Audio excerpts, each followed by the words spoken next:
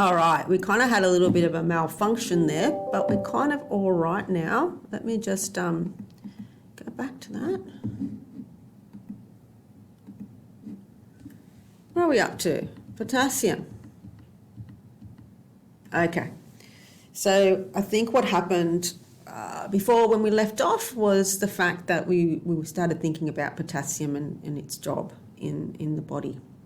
So we know that sodium is the solute that stays in the compartments and cannot move. By the compartments, I mean inside the cells or between the cells or in the blood. It can't move, but water can. So water is going to respond and move based on that sodium concentration. Whereas potassium, it's in charge of neurons and muscle cells because they have to have a resting membrane in order to make sure that their action potentials work. Okay, so if you're doing 175 for the first time without doing 165, let me know and I'll give you the little lectures on the action potentials, okay, just to get you up to speed. Yes. With potassium, Nat, the heart is especially sensitive to our potassium levels in the body. A lot of sudden death has been around the level of potassium in the body. So too little potassium, there's not enough electricity to keep the heart pumping. And too much electricity means that the heart can't pump effectively anyway. If we're looking at the electrocardiogram, so an ECG of a patient, that looks at the electrical activity in the heart, yeah? So when we've got too much potassium on board, we can see the T wave increase on that readout. And we call it a peaked T wave because it's a sign that there's too much potassium in the body, too much of that electricity, and it's causing a peaked T wave. Obviously, the ECG is something that we'll break down and learn more about in our future subjects. But for now, it's really important to understand the role of potassium in effective heart conduction. Look, again, like I said it before, a little tiny electrolyte can have such a big impact on, the human body. The human body is an amazing machine made up of all of these little things, and if one thing's out, it has consequences. Yeah, absolutely. And some things are way more important than others. So let's have a look and see how potassium is kind of regulated. So normally we get rid of potassium at a steady state, okay? And that is via the renal system. How important is the renal system? Wow, makes urine, sodium balance, potassium balance. As you can see, the body has structures that multitask. So here we go. Potassium, you get rid of it at a steady state in your urine. If the potassium in your blood is too low, the kidney gets rid of it less. Okay? And potassium moves from the... Oh, is that the wrong way? Just re-record that bit, Nat. I always confuse myself. I think my sodium levels are weird, are too low.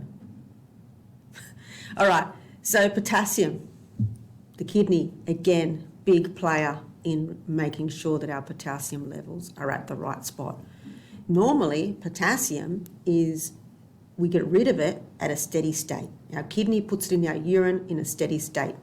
If your concentration of potassium in the blood is too low, the kidney gets rid of it less, okay? So that means that you're going to have more potassium in your blood, and that's going to solve the problem. If the potassium concentration in the blood is too high, then we release aldosterone. So aldosterone is our salt saver and potassium saver. No, salt saver and potassium chakradhara. Is that a word? So aldosterone is our salt saver and our potassium excreter. There, that's better. So the kidney, when aldosterone is around, the kidney gets rid of potassium at a higher rate. Okay? And that means you have less potassium in the blood.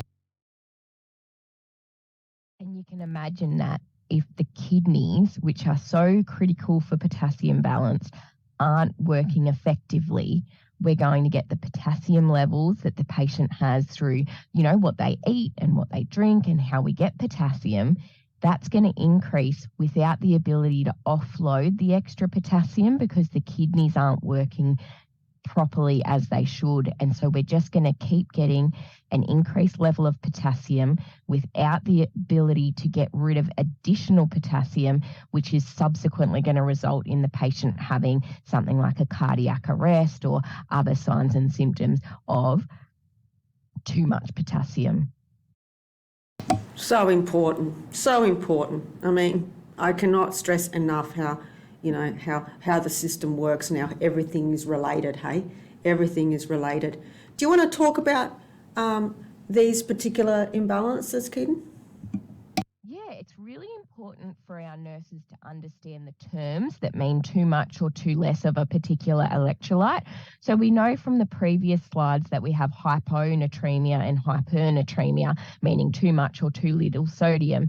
And for potassium, we have hyperkalemia, hyper meaning too much, or hypokalemia, so not enough. And as nurses, we need to know what our role in interventions are here. So if someone has too much potassium in the blood, we know that that can be really dangerous, and we know it's something that we have to escalate and make sure that the medical officer and the team are aware of so that we can do things to help relieve some, as well as review how the kidneys are working in the patient to determine why they might have too much potassium in their body. Is it because the kidneys aren't working, or is there something else happening that is resulting in that? And in the meantime, we need to keep a close eye on the patient's heart rhythm to see if they're having any effects of that higher level of potassium in the blood before we can address it through medications like insulin, which can help move the potassium out of the cell and help us to excrete it, as an example. Too little potassium, what do you think we need to do as nurses? What can we do to fix hypokalemia?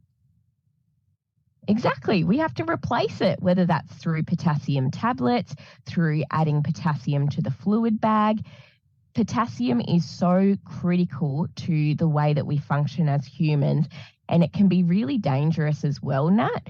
So normally potassium, it comes pre-diluted in bags of normal saline or of sodium so that we can't risk giving too much too quickly. That's on the wards. And in an intensive care unit, we might have potassium on its own, but we would usually have that locked up in a Schedule 4 cupboard or somewhere that we have an extra layer of thinking before we access it, because we would never give it neat unless the patient had a very special reason that they needed that and a very special line for giving it neat. We would always dilute it in something else before giving it, and always make sure that we were competent in replacing potassium before we did that for a patient as well. I really like how we're kind of learning the basic electrolytes, but it has such huge clinical applications. It's absolutely amazing. So this is just I don't want you to memorize this whole picture. This is just something for you to look at, just say, look, this is putting everything together. Just have a look and see, you kind of understand that it's all kind of, there's a negative feedback component, I think just to bring it all together. But look at this picture only if you need to, if you need a bit more kind of context, a little presentation kind of information a little bit differently. But if you're okay with what we talked about thus far, it's all good.